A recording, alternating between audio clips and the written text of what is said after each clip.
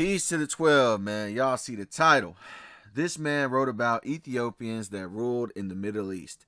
That's a long title, so when I actually drop this video, I'll probably call this man wrote about Ethiopians that ruled the world or something. But anyway, yeah, y'all see the title. This man wrote about Ethiopians that ruled in the Middle East.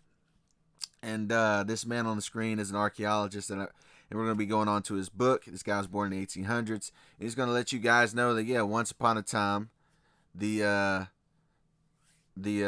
Ethiopians in specifics, because he's going to be talking about the Cushites, they ruled over the now region that they call the Middle East, and the Middle East is a relatively new term anyway. But yeah, and the reason I'm doing this video, other than the fact that I like history and I like sharing people history that they probably didn't know about, but also the main reason I'm doing this video is the reason I do all these other videos to talk about ancient black empires.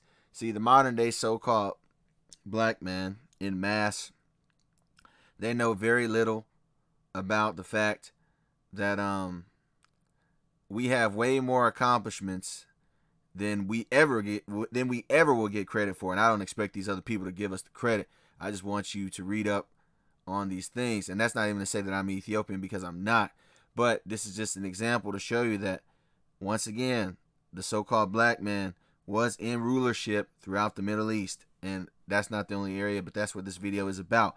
So without further ado, let's get into it. So this man is named François Lenormant. He was a French archaeologist. He was also a French Hellenist and an Assyriologist. And he was born in 1837, Paris, France. Right? And he died in 1883. He didn't live very long. He died at 46 years old. And we're going to be looking at his literary work known as A Manual of the Ancient History of the East to the Commencement of the Median Wars, right? By François Lenormant. And this will be volume 1. All right? So we're going to be going through this book. I didn't even include any other books. We're just going to be isolating this book for today's video.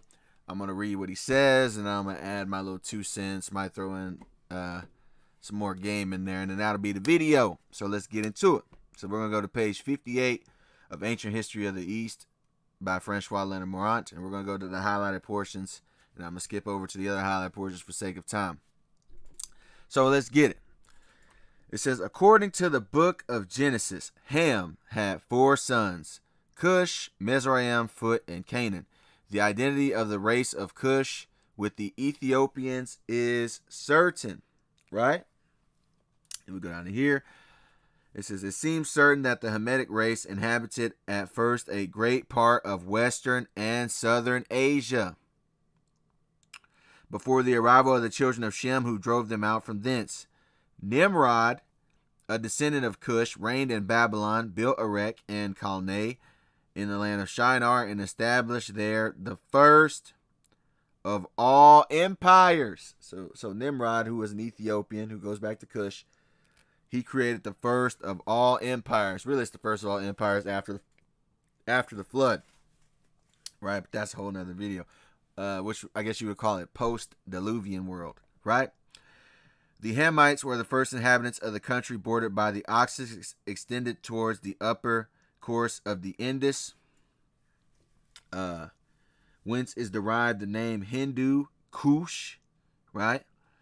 Always given to the mountain chain of this region. All scholars are now agreed that the banks of the Tigris, southern Persians, and part of India itself, where the tribes of these were called Kassites, were peopled by the Cushite family. Yeah, in other words, that's saying that the Indus region, like what you know as India, parts of southern Asia, that was originally peopled by the Cushites, which once again goes back to the Ethiopian. Okay?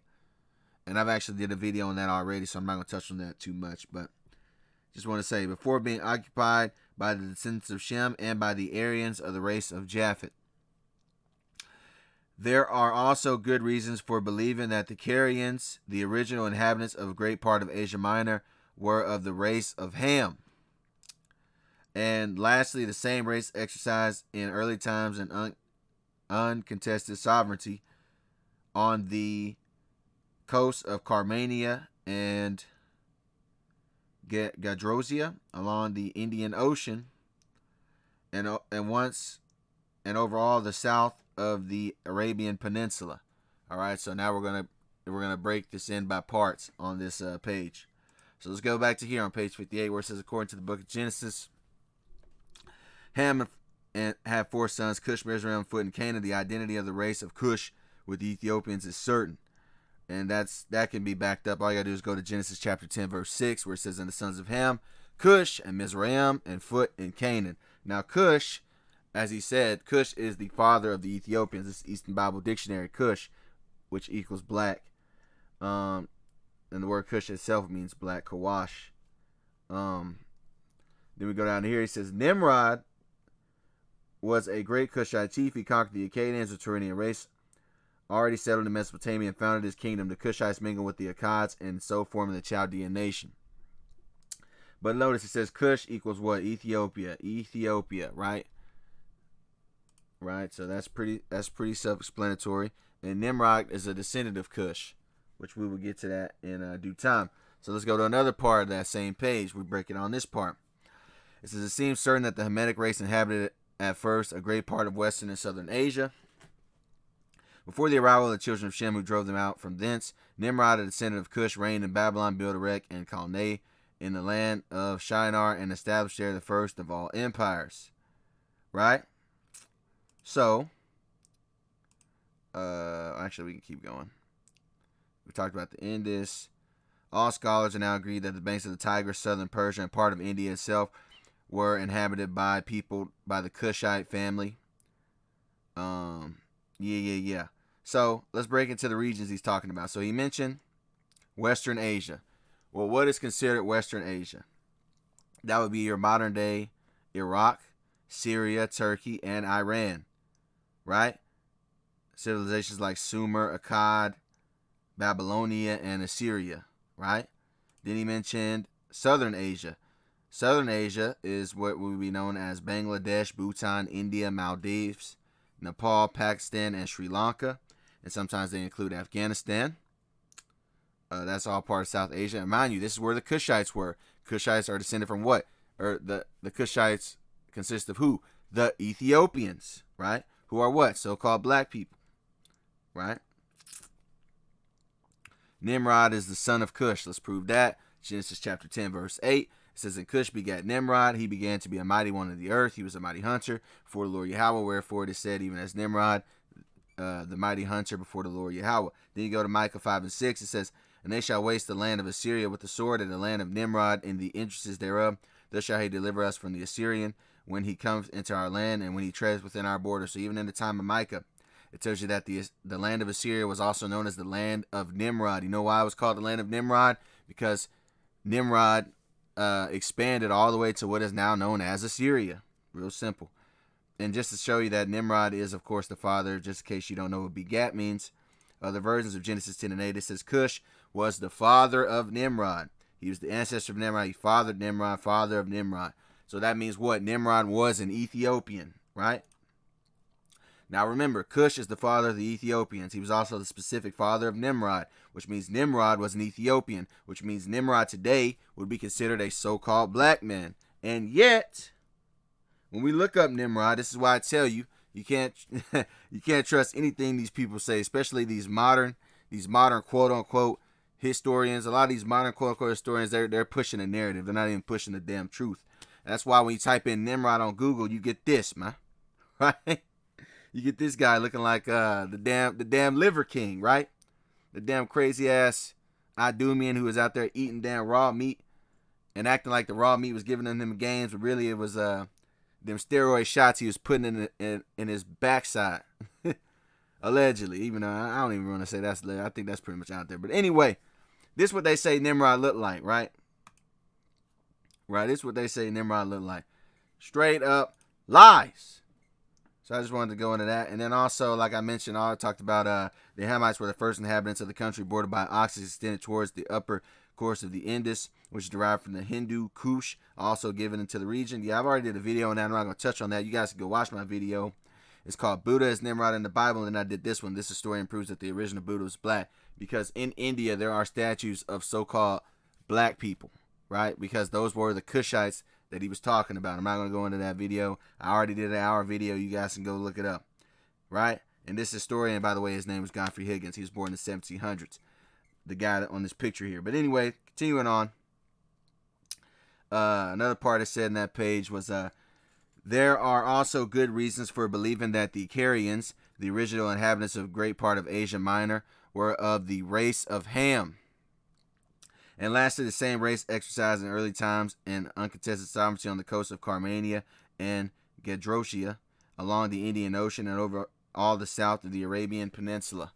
Right? So, the Carians, I actually never heard of these guys before until doing this video, or the Carians or the Carians, they were an ancient race of inhabitants of southwest Anatolia, which would be modern Turkey, right? The southwest of modern Turkey. The Carians. And notice he said what? That the Carians were original inhabitants, were of the race of Ham, right? Well, I can actually show you guys some paintings that show the ancient blacks in that region, the ancient blacks in the region of Turkey, right? Let's go to here. So we're going to look at this thing known as the Katal Hayuk, right?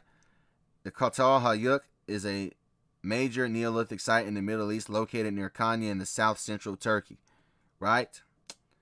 Now we're going to see what these paintings look like, these little pictures they wrote on the walls. These are the Katal Hayuk paintings. As you can see, they're all so-called brown people, brown to black, right? You got these dark brown looking things, stick figures, and then you have the black looking stick figures. That's because these were the original inhabitants. So yes, it does check out when he says that the great part of Asia Minor, the Carians, were of the race of Ham. Absolutely. Let's go to other pictures. Katal Hayuk, this is 7,000 BC, 7 to 5,000 BC, right? So this is another Katal Hayuk painting. They're hunting, and you can see they're brown to black, right? Look at this reddish brown looking and super black, dark skin looking people, right? And they're hunting. Another picture, 6,000 BC. Look, the ball like naps in his hair, and as you see, black to brown. Mind you, this is in what? Modern day Turkey. This is in Asia Minor, right? This is Katal Hayuk wall mural circa 6,000 BC. Once again, as you can see, brown to black. Just wanted to mention that. Then I mentioned the southern of the Arabian Peninsula. Let me see, go back. It said overall the south of the Arabian Peninsula. What does the Arabian Peninsula consist of? It will consist of Bahrain, Kuwait, Oman, Qatar, Saudi Arabia, the United Arab Emirates, and Yemen, as well as southern Iraq and Jordan. So that would be what makes up the Arabian Peninsula, right? So let's continue. Let's go back to the book, A Manual, Ancient History of the East by François Lenormant. We're going to go to page 59. We're going to go down to here. It says, Susiana, between Persia, properly so called, and the Tigris, always had these elements in its populations, which seems to have been essentially mixed race. Ashur, the second son of Shem, was the founder of that powerful nation. The name of the Assyrians, played a great. Talks about he's talking about in the scriptures. Western Asia, Ashur says the Bible built at Nineveh, Kaluk, and Rezu. Right? We go down to here. It says at Babylon and throughout Chaldea, the language, as we know by the monuments, was the same in Nineveh. Right? I mean, they had the same language. Influence of Ashur. But the mass of the population seems to have remained Hamitic of the Cushite branch. So it's letting you know that in Assyria and these places, the majority of the population were Cushites, right? Meaning what? So-called Ethiopians. All right, I just wanted to touch on that. Go to another page, page 65. It says, the Tyrrhenian race is one of the oldest in the world and appears to have migrated at the same time as the Hamitic. It might even be possible to restore the chief features of an epoch when the sons of Turan and of Cush alone occupied the greater part of Europe and Asia, whilst the Semites and the Aryans had not yet left the regions which were the cradle of our species. So he says that originally Europe and Asia were inhabited by the Turans and the people of Cush, right? That would mean what? You had so-called black people in the region of Europe and Asia, which I've already done videos on that. I don't know why. The only reason it's controversial is because they don't speak on it. But it's already known that the original inhabitants of these land masses were so-called black people, right? I've already done videos on it, so I'm not going to go too crazy on it. But yeah, we'll go down to here.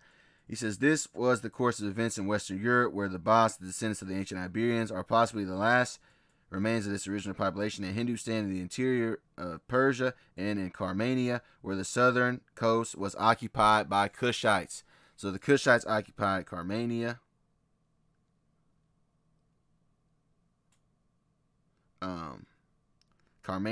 Persia, Hindustan, Western Europe, where the Basques were at, right?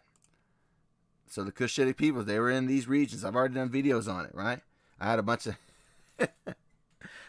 people in my comments years ago when I was talking about the original blacks that were pervaded in Europe, and people were like, "Oh, what are you talking about?" Listen, I'm not finna argue with nobody, man. I know what's going on, man. People already done these studies, right? Like this book. This book came out in the 1800s. You think they don't know it now? Of course they do, right? But nonetheless, let's go to page 72 of this book. He says, the Hamitic nation spoke the so-called Semitic languages. Hebrew was originally only the language of the Canaanites, a people exclusively Hamitic, both in its disposition and physiognomy. Yeah, meaning they were so-called blacks. And yeah, the Hamitic nations did speak a Semitic language. They spoke Hebrew. The original language of the earth was Hebrew, right? Paleo-Hebrew, to be specific. Not the Hebrew you hear today with the Yiddish. I'm talking about the Paleo-Hebrew, right? And I've done a video on that, on the ancient Hebrew. But yeah, and that the original language was Hebrew. I've done a video, and I'm not going to touch on that right now. But anyway, the monuments of Babylon and Chaldea enable us to state the language called Assyrian was originally that of the Cushites of the lower Euphrates, and that the Assyrians carried it with them when they formed their settlement in the north. The Himyaritic itself is the idiom of the country where the Cushite race preceded the descendants of Joktan, and at all times formed a considerable element in the population. If the Joktanites of southern Arabia, at the time of their civilization, language different from tribes of the same stock who were established in the remainder of the peninsula, right? So, in other words, the Cushites mingled with the Joktanites, and the Joktanites are actually found in the scriptures as well. Let's see if I got that. Oh, let me prove what I said a little bit. I'm not going to go too much into it about there being one language. He says the Hamitic nation spoke the so-called Semitic language. Hebrew was originally one of the languages of the Canaanites. Like I said, yeah, that was the original language, period. But in Genesis 11:1, it says, and the whole earth was of one language and of one speech. So according to the scriptures, which of course I believe, the whole earth was of one language, right? And that one language, it doesn't specify what it is, but I'm going to tell you what it is. That one language was Hebrew, the pure tongue, right? But that's not this video. That's another video for another day. I've already touched on it in the past anyway. But anyway, he says, monuments of Babylon. I already read all that. He said the Cushite race preceded the descendants of Joktan. You can find Joktan in the Bible as well.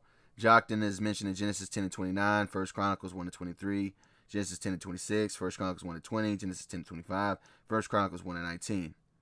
Right? And also, Joktan was the brother of Eber. And for those of you that know, Eber is actually where we get the term Hebrew from, right? Anyone that's a son, that's a seed line descendant of Eber, would be considered a Hebrew. Just FYI. But let's continue on page 211 of this book, The Manual of Oriental History, a manual of the ancient history of the East, the commencement of the Median Wars, page 211. He says, the Negroes are there represented as immediately adjoining the Egyptian frontier, and we find no trace of the Cushite Ethiopians. So right there you see that he distinguishes the Negroes and the Ethiopians, because like I told you guys before in other videos, black is not no damn race. All right, there's no such race as black. You have many different so-called ethnicities. You have many different races that would be classified as black. Right, I'll just say that. Anyway, Egyptian frontier, and we find no trace of Cushite Ethiopians, whose subsequent evidence shows us to have occupied just that part of the Nile Valley after having driven the Negroes southward. When the 6th dynasty ruled Egypt, the Hamitic race of Cush had not established itself in Africa, to which the country, it came no doubt by the Straits of Bab al-Mandab, but still remained in Asia, where it had founded a powerful empire at Babylon. So he's letting you know that during the time of the 6th dynasty of rule in Egypt, the Ethiopians didn't even really have that much of a presence in the modern day region of Ethiopia. Instead, they still had their powerful empire in Babylon, which remained in Asia, right? So that just lets you know how crazy history can be, man. They were originally in the parts of Asia, right? And now Ethiopians are where? They're in Ethiopia. They're spread out everywhere. Anywhere there's a diaspora of them. But yeah, it just shows you that. But speaking of that, what reason I wanted to mention this, even though I didn't include it, is just because you see somebody that lives in a landmass today, that does not mean they're the original inhabitants, right? Like a lot of people, they kind of blank that out of their mind. Like when you think of non-original inhabitants, you might think of America, right? Because as anyone knows, America was not originally inhabited by the people that are here today, right? Yet they all classify themselves as American, right? Or you mention or Russia, for example. Like Russia, there were people known as the Ket people, spelled K-E-T. They were originally in Russia, but now you know that Russian is primarily so-called white people. And this happens on and on and on and on and on in various different regions, where just because you see somebody that is there now doesn't mean that they were the original inhabitants. That's something that you have to remember. Just wanted to touch on that. And Babylon, for those of you that don't know, would be known as modern day Iraq. That's what Babylon is today, right, in the Mesopotamia region. Then we go to page 342 of this book. He says, 2 great nations, the Shumir and the Akkad, as soon as the monarchical government was introduced there. The first of the sovereigns was the king of Shimar and Akkad, a title preserved in official documents by the Assyrian and Babylonian kings to the last days of their empire, though it had no real meaning. We go down to here. Of these 2 great nations who constituted the massive population of Chaldea, one was of the race of Ham and of the Cushite branch. The presence of the Cushites in Chaldea and Babylonia is attested by the Bible, by Berosus, and by the universal testimony of antiquity. Right, so it was universally tested that the Cushites were the original people that were known as the Chaldeans and the Babylonians. Right? To them, as we have already said, properly belonged that language of the family called Semitic, to which the scholars have given to the Assyrians. So the Cushites, they spoke that language, which was Semitic, which is really, like I told you, it's really Paleo Hebrew. That was what they were speaking. That's what everybody was speaking once upon a time. This language was common to both Babylon and Nineveh. It is found in use in Chaldea as far back as the monuments enable us to go. We have proved that the greater part of the Hamitic people, particularly those of the Cushite branch and of the Canaanites, spoke languages analogous to each other. Yeah, like I said, they're all speaking the same language. And he's just letting you know that, yeah, once again, the Chaldeans, people you know as the Chaldeans, as well as people you know as Babylonians, they were Cushites, right? So-called, what you would call now Ethiopians.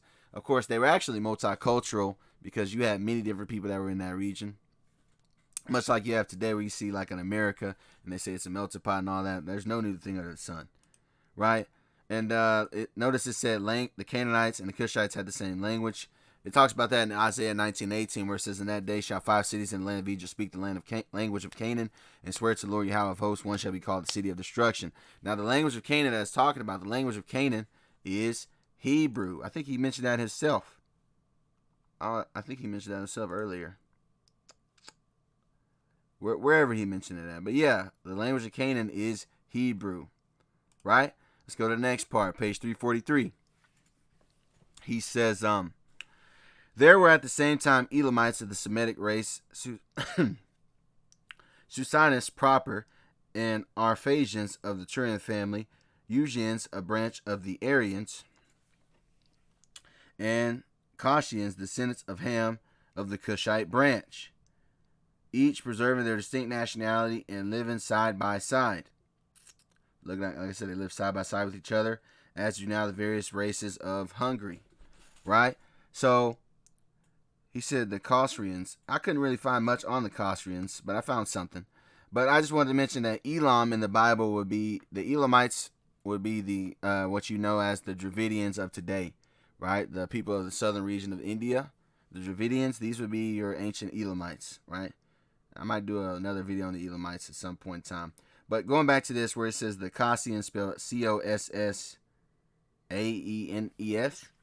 I found something on them, and that was that they were the people. They were the founders of the place known as Syria, the region. Syria, at the beginning of the Egyptian conquest, Nineveh, the first Chaldean kings, the peoples of Syria, their towns and civilization, their religion, Phoenicia, the dynasty of the Cushites, their country, their gods, their conquest, the Chaldea, first sovereigns of Assyria, and the first Chaldean Isons of, I don't even know how you say that, but this is from this guy, History of Egypt. So he's talking about the Chaldean, right? They're the peoples of Syria. Now, what did this guy say earlier? He said that of course my computer freezes. He says that the Chaldeans were the descendants of Ham of the Cushite branch. Meaning what? They were so-called black, right? That's what that means. Let's continue on. Let's go to page 344. Right? It says, among the Shamar and Akkad, it is easy to distinguish between the Carians and the Cushites. Their respective geographical position alone is enough to determine this. The Akkad were the most southern. They bordered of the sea and continued the chain of the Cushite people. So that means the people of Akkad, they go back to the Cushites, right? Who extended from the straits of Babal, Mandab, Malabar, occupying the whole shore of the Persian Gulf and Indian Ocean. They were the first to attempt the navigation of these waters, right? So they were the first mariners in the dawn of the historical period, right? The Shamar, on the contrary, were of the northern parts of the Turanian race and occupied the continent of that territory. But though these two nations were the most important in Chaldea and Babylonia and formed the greatest part of the population, they were not the only ones. Like I told you, that Babylon was a multicultural, multi-ethnic melting pot, for lack of better words. It was. So when you hear about these new, this is a multicultural, that's nothing new, all right? People have been doing that, right? But mention, he said what? The Akkad were the most southern. They bordered on the sea and continued the chain of the Cushite people. So the people of Akkad went back to the Cushites, right? Who are all the kings of Akkad? Sargon, Ramush, Manushtusu, Naram-Sin, also known as Naram-Suin, and Shari, who maintained the dynasty for 142 years before it collapsed. So in other words, what I'm telling you, when you hear about the famous person known as Sargon of Akkad, Sargon of Akkad was an Ethiopian, which means what? Sargon of Akkad was a so-called black man because he was a Cushite, right? Sargon of Akkad, the most famous, the greatest king, right? He's also known as Sargon the Great. He was the first ruler of the Akkadian Empire, known for his conquest of the Sumerian city-states in 24th to 23rd centuries BC. He's sometimes identified as the first person in recorded history to rule over an empire. If you ask me, Sargon of Akkad is Nimrod. I might do a video on that, but yeah, that's who he is if you ask me. And Sargon of Akkad was known as Sargon the Great, first empire. His name meant true king. All that, right? You guys can do this research on that on your own. Continuing on, next book, same book, page 345. It states, the mixture of the genius and peculiar institutions of these different people united in one territory gave rise to the great Babylonian and Chaldean civilization, right? Which played so considerable a part in Western Asia and extended its influence over the whole of that country. The two elements, Cushite and Chaldean, have the preponderance. But it is very difficult to decide in this mixed race already completely formed when we first became acquainted with it and belongs to the Shamar out with the Akkad. Or what to the Akkad, right? Then he says, there are reasons, however, to believe that religion, check this out. The religion, astronomy, and industrial culture were brought by the Cushites, right? So in the region of the Chaldean civilization, where you get the religion, the astronomy, and the industrial parts, that was brought to them by the Cushites. This is indicated by the Babylonian tradition placing the origin of its religious faith on the banks of the Persian Gulf, whence the fish god Omes issued to teach men the precepts of religion.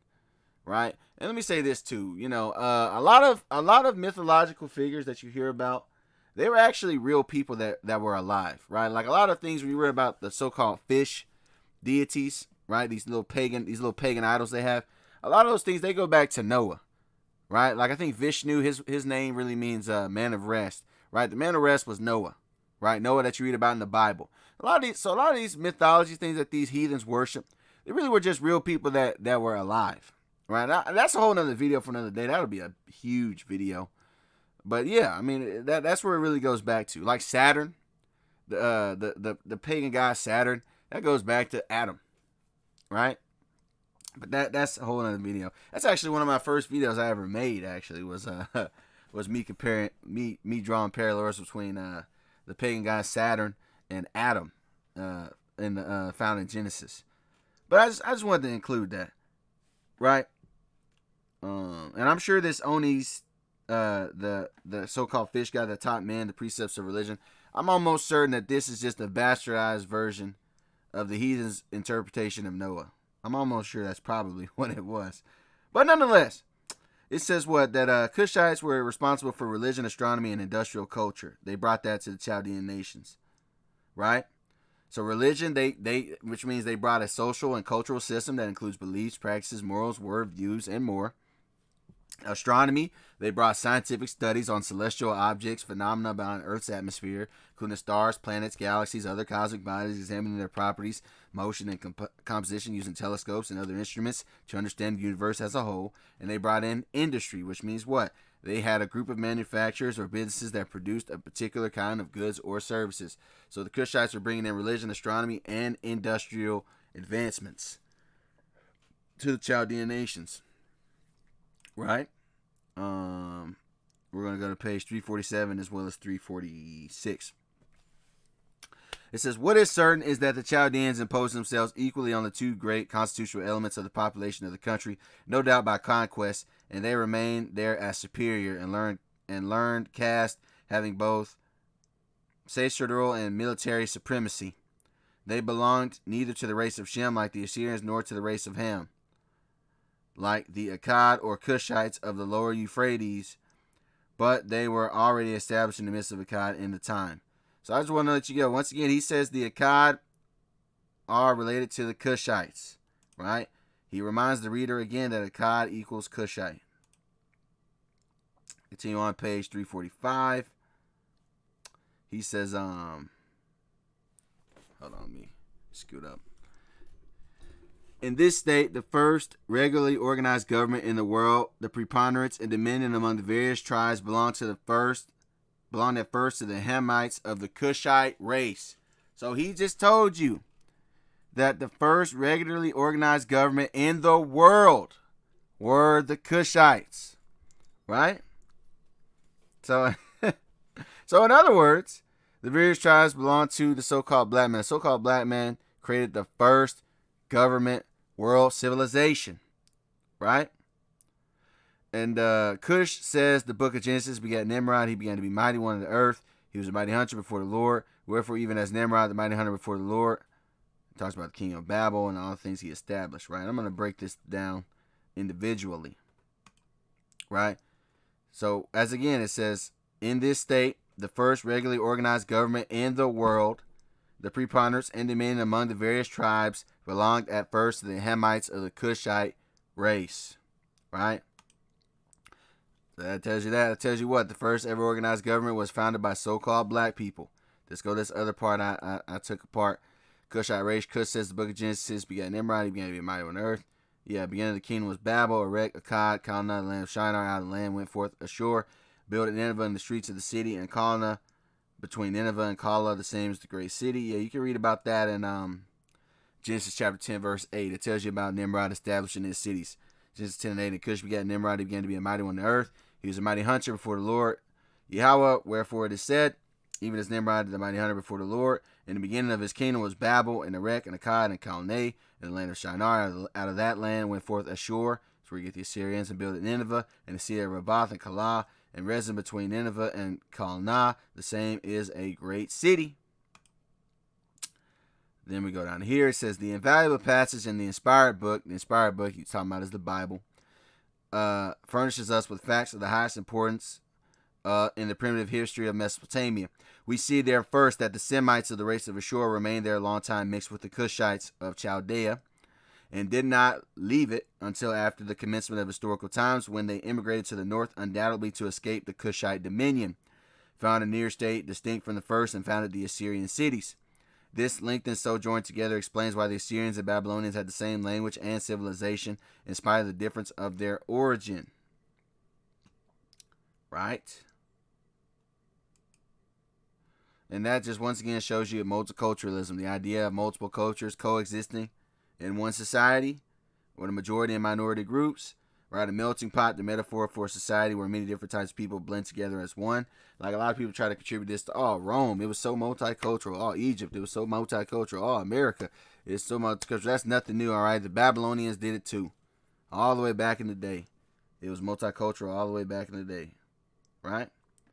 Anyway, let's continue on. Oh, I actually got a scripture that tells you that, there's no new thing under the sun. Ecclesiastes 1:9. The thing that has been is that which shall be, and that which is done is that which shall be done, and there is no new thing under the sun. Is there anything whereof it may be said, see, this is new, it has been already of old time, which was before us? Yeah, all this stuff, man, it's already been around. It's been around. You know? Anyway, continuing on. Right here. It says, the foundation of the Cushite state of the lower Euphrates was almost coincident with that of the other branch of the sons of Ham in Egypt, and with the Nile, the first signs of civilization banks on the Nile. The fragments of Berosus mention the first dynasty said to have been consisted of 86 kings. So 86 kings of the Cushite state. Then he talks about first syllable, Hamite dynasty, Nimrod. Anything I want to get out of this? Semitic word meaning rebel. So Nimrod mean rebel, which makes sense because, or some Semite languages say that Nimrod meant rebel, which makes sense because Nimrod led an apostasy against the Most High and tried to build a giant relic, a giant idol, which would be the Tower of Babel.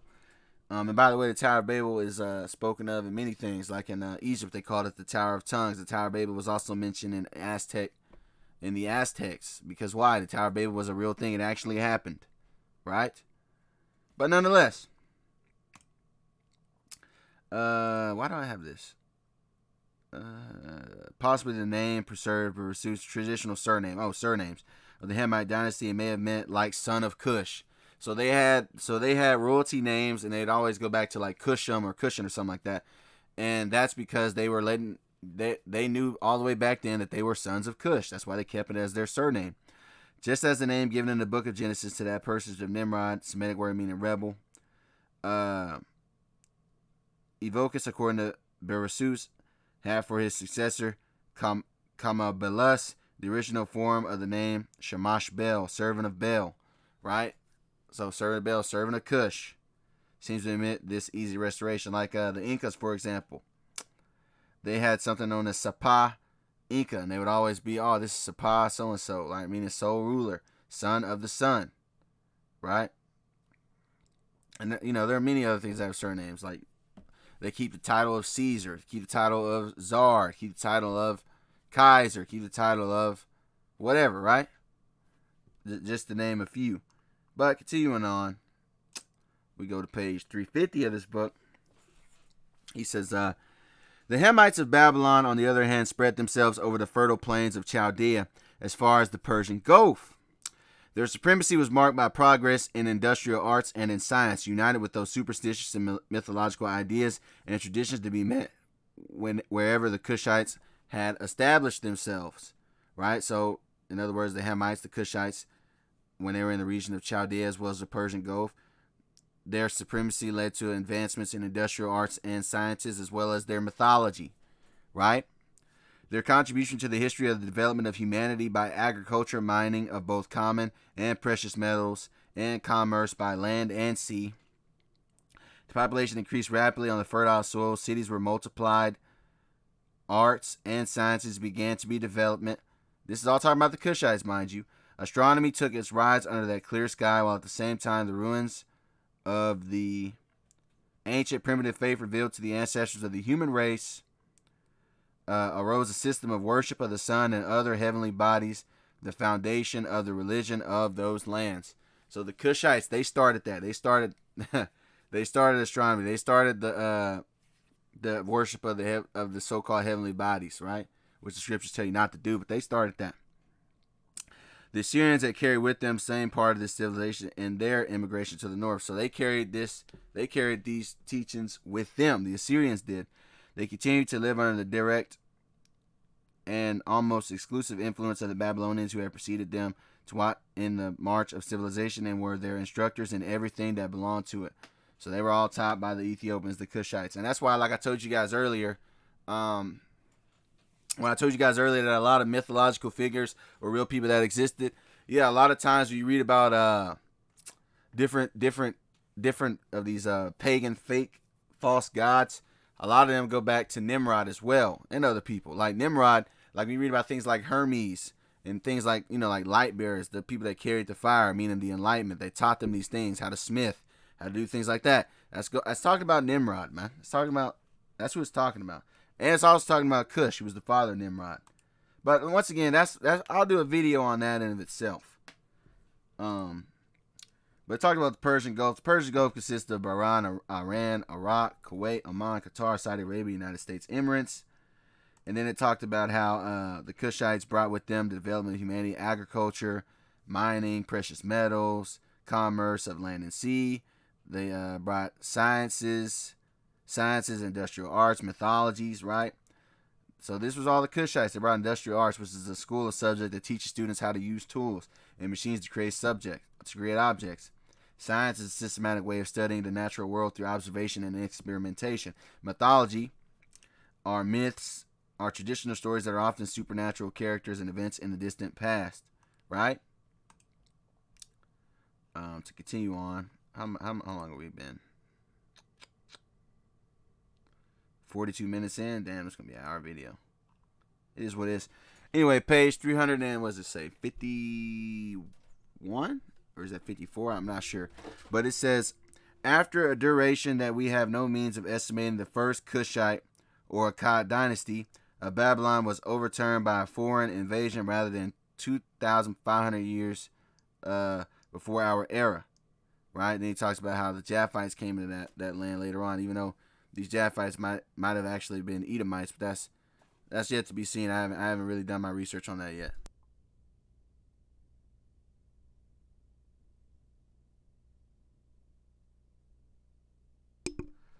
So I wrote that down too. The Cushites were overthrown in the Middle East by the sons of Japheth, according to this author. Those Japhites could possibly have been mistaken for Edomites, but I'll have to look further into the history at a later date. Yeah, that's something for another time. But page 353, it talks about the most ancient monarch of Chaldea mentioned in the inscriptions we possess is Ur-Nammu, whose name signifies the light of the sun.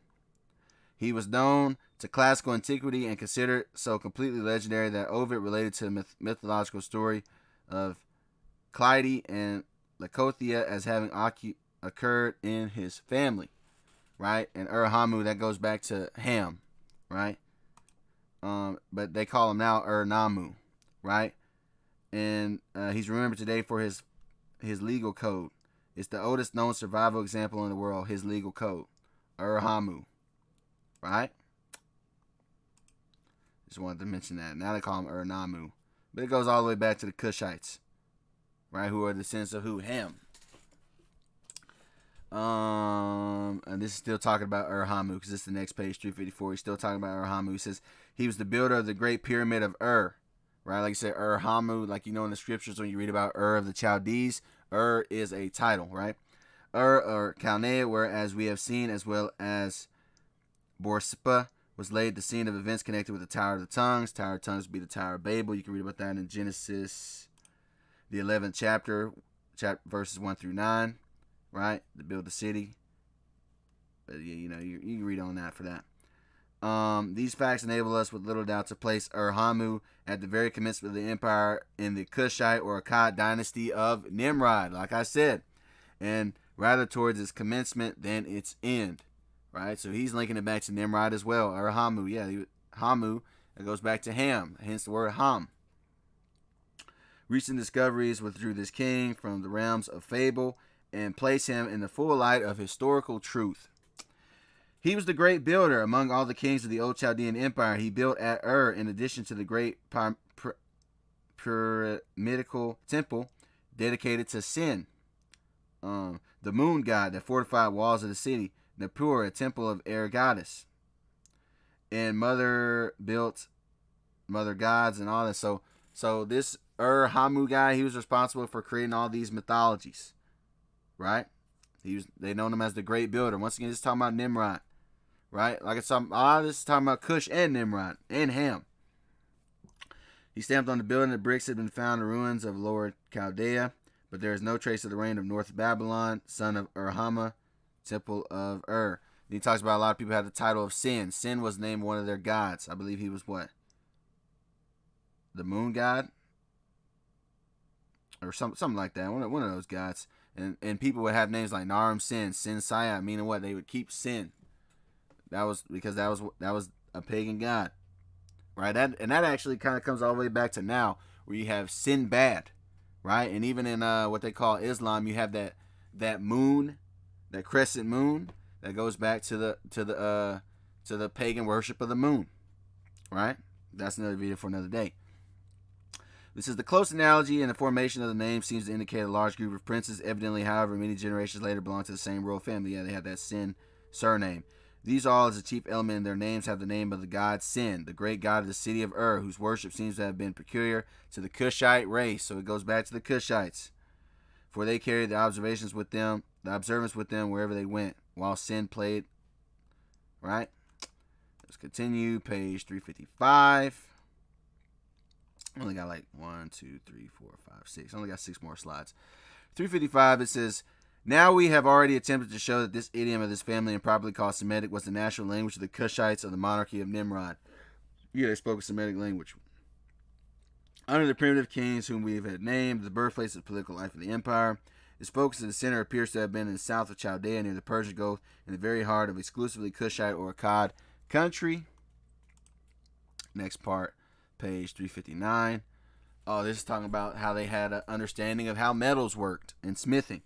Page 359. He says the utensils found in the tombs prove that the Chaldeans, from the time of their earliest kings, knew the art of working metals, gold, bronze, lead, and even iron. And this knowledge they owed to the Cushite element of the populations. So the Cushites gave them knowledge of working metals like gold, bronze, lead, even iron. Right? But metals, though known and easily worked, were nevertheless too scarce to be in general use. So a lot of these metals were hard to find. And implements of chipped and polished knives, arrowheads, and all the different things they were making. The most common metal was bronze. So their most common metal they used was bronze. And all metal implements and utensils were made of it. Iron was still so rare to be regarded as one of the precious metals, and was used not for tools, but for making bracelets and other rude ornaments, right? So they specialized in bronze specifically, because I'm assuming that's what they had the most of, right? But that tells you what, the Cushites had knowledge of metal elements like gold, bronze, lead, iron, right? And once again, Cushites are what? Ethiopians. And Ethiopians are what? So-called black Africans, right? What you would call them today. That's what you would call them today. And he talks about Semiramis. Somebody really going to touch on that. That'll get its own video. But he's talking about Semiramis and how that Semiramis myth and legend, the historical, goes all the way back to the Cushites, from the Cushites. This idea, too, is original Assyro-Chaldean. It was borrowed, greater part of the religion, from the Cushites. So they got that from the Cushites, right? Semiramis, a.k.a. the queen, mother goddess, goes back to the Cushites. And then this is the last part, and this will be in the video, page 493 of this book. He says, the population in Babylonia and Chaldea was not, as in Assyria, one single unmixed race. Like I told you, it was a so-called melting pot. On the contrary, it was essentially, it contained Cushites, Turanians, Semitic elements, so on and so forth. Thence arose the distinctions of caste. They had caste systems, unequal in rank and devoted to certain defined occupations. But to be honest with you guys, man, every nation has a caste system, right? Like people always like to get on India. Oh, that's a caste system. A lot of nations have caste systems, right? Like when you look at America, you only see certain people getting the tech jobs, right? You only see certain people getting engineering jobs. Now, of course, you see other groups of people, but there are certain groups that dominate in those fields, right? So this is no different. But that, I might do a video on that another time. Distinctions of caste unequal in rank. The merchants, artisans, and husbandmen form each a caste. The fishermen of the marshes born in the Persian Gulf also form a separate caste. And we're at the bottom of the social scale. So they had a caste system in Babylon as well. So anyway, that was a long video. I just wanted to show you guys that, yeah, man. The so-called black man had many empires in history. They just choose to ignore it or hide it or whatever. But I'm going to keep bringing it out whenever I come across it. So, yeah, that's the end of the video about this man that wrote about Ethiopians that ruled in the Middle East. And with that, man, I say hopefully this was edifying. With that, I say peace to the 12. I want to give all praises, honor, and glory to the Heavenly Father, the Most High, Yahawah, in the name of His only begotten Son, yahawashi. Yahawah is the name of the Heavenly Father, who the world commonly calls God. And yahawashi is the Savior of the nation of Israel, who the world commonly calls Jesus Christ. I want to say shalom, which means peace. To you people that are out there listening and learning, you brothers doing this work, truth and sincerity, and to you elders that's been doing this thing before me, man, I'm going to go ahead and get up on out of here. I've been talking too much already. Gone. Peace.